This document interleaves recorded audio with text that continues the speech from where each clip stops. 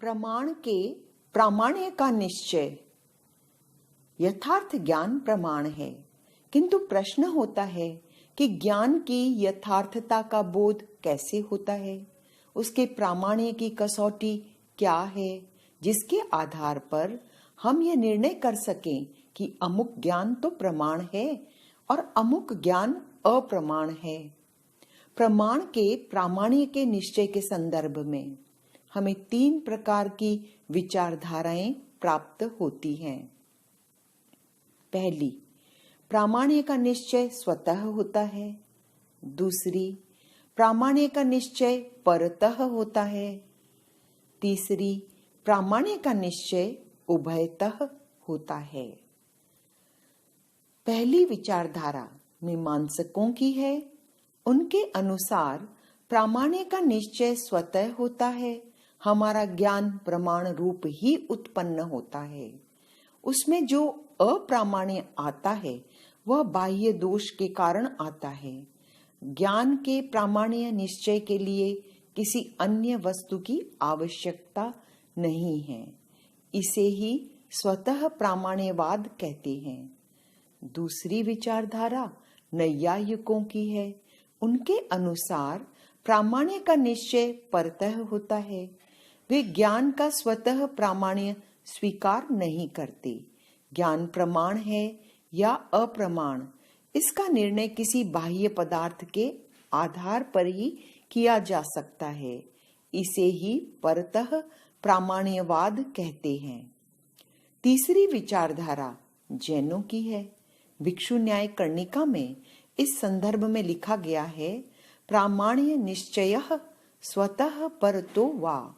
ज्ञान की प्रामाणिकता का निश्चय कभी स्वतः होता है और कभी परतः होता है। जैन स्वतः प्रामाण्यवाद और परतः प्रामाण्यवाद दोनों में विश्वास करता है। स्वतः प्रामाण्य निश्चय जैन दर्शन के अनुसार विषय की परिचित दशा में ज्ञान की स्वतः प्रामाणिकता होती है। इसमें अपने ज्ञान की सच्चाई को जानने के लिए किन्हीं बाह्य विशेष कारणों की आवश्यकता नहीं होती। जैसे कोई अपने मित्र के घर कई बार गया हुआ है, उससे भली भांति परिचित है, वह मित्र के घर को देखते ही सीधे उसमें प्रविष्ट हो जाता है। यह मेरे मित्र का घर है, ऐसा ज्ञान होने के समय यदि उसे उस ज्ञानगत सच्चाई का निश्चय नहीं होता तो उस घर में प्रविष्ट नहीं होता। अतः परिचित दशा में ज्ञान के प्रामाण्य का निश्चय स्वतः होता है। दूसरा उदाहरण लें। एक व्यक्ति को प्यास लगी है, वह पानी पीता है और तुरंत उसकी प्यास बुझ जाती है। प्यास बुझते ही वह समझ लेता है कि मैंने पानी ही पिया है। वो पानी था या नहीं, इसका निश्चय करने के लिए उसे दूसरी वस्तु का सहारा लेना नहीं पड़ता। अतः परिचित दशा में या अभ्यस्त दशा में ज्ञान के प्रामाण्य का निश्चय स्वतः होता है। परतः प्रामाण्य निश्चय विषय की अपरिचित दशा में प्रामाण्य का निश्चय परतः होता है। जब ज्ञान की कारण सामग्री से उसकी सच्चाई का पता नहीं लगता, तब विशेष कारणों की सहायता से उसकी प्रामाणिकता जानी जाती है। यही परतः प्रामाण्य है।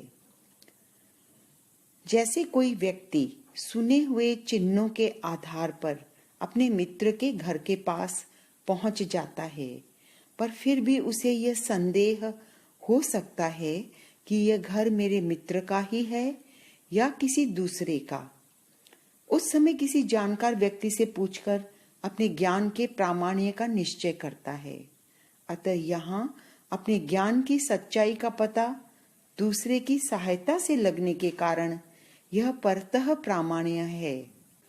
दूसरा उदाहरण लें। एक जगह सफेद ढेर लगा हुआ है।